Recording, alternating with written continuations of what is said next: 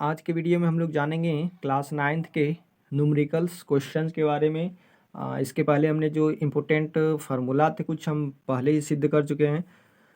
आप इस वीडियो के डिस्क्रिप्शन में जाके मैं उसका लिंक दे दूंगा, आप वहां से जाके जो है फार्मूला के जो है देख सकते हैं कौन कौन से फार्मूला है। मोशन चैप्टर से जो है था, कुछ ज़्यादा नहीं, कुछ ही फार्मूलाज है, 2-3 है, 3 गो है, ठीक है। वो था A v minus u by t acceleration के लिए, ये वाला फार्मूला था। और एक हम बताए थे S=ut plus half A T square, और एक है v स्क्वायर इक्वल टू हो गया u स्क्वायर प्लस 2a/s।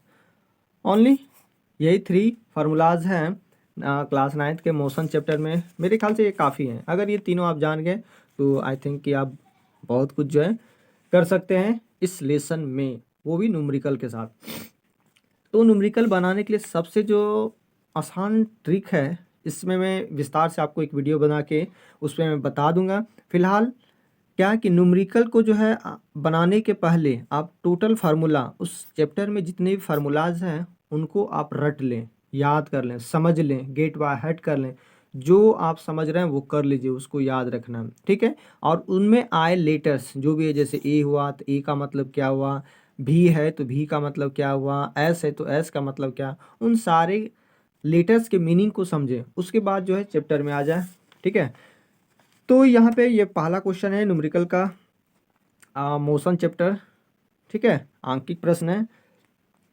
तो इसमें कह रहा है क्या कि उषा जो है एक लंबे तरन ताल में तैरती हुई एक सिरे से दूसरे सिरे तक सरल रेखीय पथ पर, देखिए तरन ताल जो होता है, ताल ये होता है स्विमिंग पूल, ठीक है, स्विमिंग पूल को बोला जाता है तरन ताल, ठीक है। एक सरल रेखीय में क्वेश्चन को जो है ना, न्यूमेरिकल्स बहुत इजी होता है, ठीक ना। आप लोग थोड़ा सा बच्चे लोग बता देते हैं कि भैया कैसे बनाएंगे, ये थोड़ा टफेस्ट हो जाता है, समझ में नहीं आता। क्वेश्चन को समझिए। कुछ ऐसे क्वेश्चंस होते हैं कि उसमें जो है उसी का राज छिपा होता है ना, चोर के दाढ़ी में तिनका वाला हाल जो रहता है, बस वही। यहाँ देखिए सरल रेखे का, अगर आप ये समझ गए तो आगे का जो क्वेश्चन आने वाला है वो आप आसानी से जवाब दे सकते हैं, ठीक है। पर जाती है तथा वापस आती है, इस दौरान वह कुल 180 मीटर की दूरी जो है तय कर लेती है, वो भी 1 मिनट में, ठीक है। उषा की औसत चाल बताना है और औसत वेग ज्ञात करनी है। तो न्यूमेरिकल को पढ़ने के बाद आप क्या करें कि जो जो दिया गया है उसको जो है मेंशन कर ले, ठीक है, लिख ले क्या क्या दिया गया है। इन बातों को जो है क्वेश्चन को पढ़ने के बाद उसको नीचे लिख लें। तो यहाँ पे अगर दिए देखिए तो क्या दिया गया है कि 90 मीटर वो लड़की जो है गई, मतलब उषा, ठीक है, उषा 90 मीटर जाती है एक स्विमिंग पूल में, पुनः वापस आती है। इसका मतलब कुल दूरी कितना हो गया, 180 मीटर की दूरी जो है वो कवर कर ली, ठीक है, बहुत अच्छी बात है। इस दौरान अगर देखा जाए तो उसने टाइम कितना लिया है, 1 मिनट, यानी कि समय।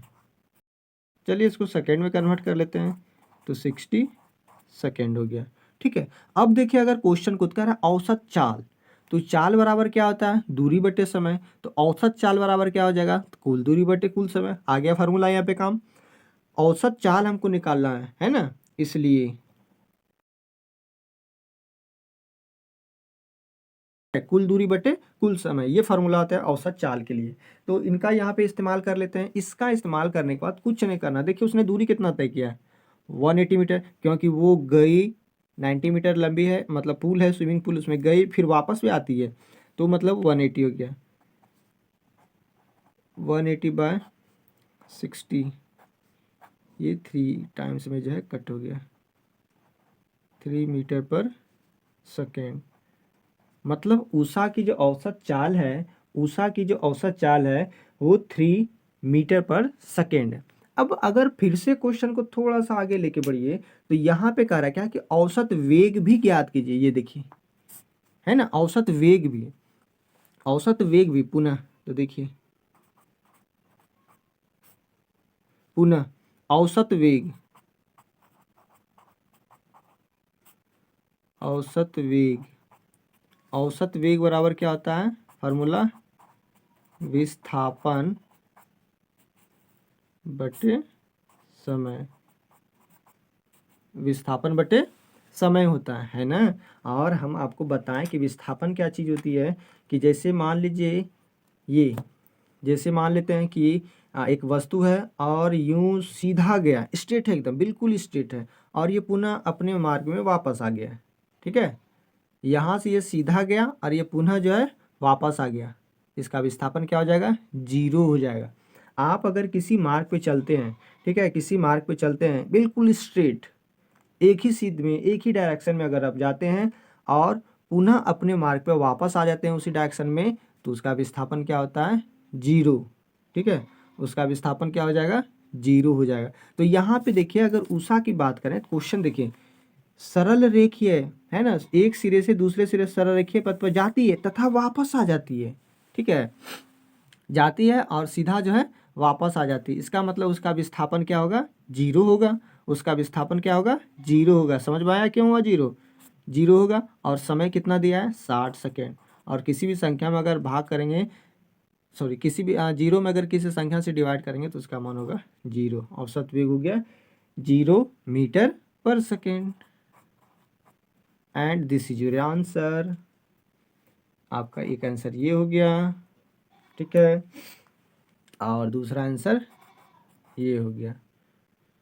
तो यही था, इसमें कुछ मेरे ख्याल से उतना बहुत ही सिंपल क्वेश्चन था, ठीक है। वैसे मैं एक एक करके करवा दूंगा, इसके लिए आप टेंशन ना ले। आपको जहाँ समझ में नहीं आता है तो आप बोलिए, हमको बताइए, ठीक है। मैं भरसक प्रयास करूंगा आपको समझाने का। बहुत ही सिंपल क्वेश्चन था, ठीक है। बस थोड़ी सी जो है आपको क्वेश्चन को दो तीन बार पढ़ लेना है। पढ़ने के बाद आसानी से आप समझ सकते हैं, ठीक है, कि क्वेश्चन में क्या क्या दिया गया है, उसको जो है मेंशन कर लेना है, लिख लेना है, बस फार्मूला का इस्तेमाल करके वहाँ पे पुट कर देना है। और यूनिट का भी ध्यान रखना है, ठीक है। तो इसके लिए मैं एक वीडियो अलग से बना दूंगा विस्तार करके कि न्यूमेरिकल्स को स्पेशली कैसे सॉल्व करते हैं, ठीक है। ठीक, थैंक्स फॉर वॉचिंग।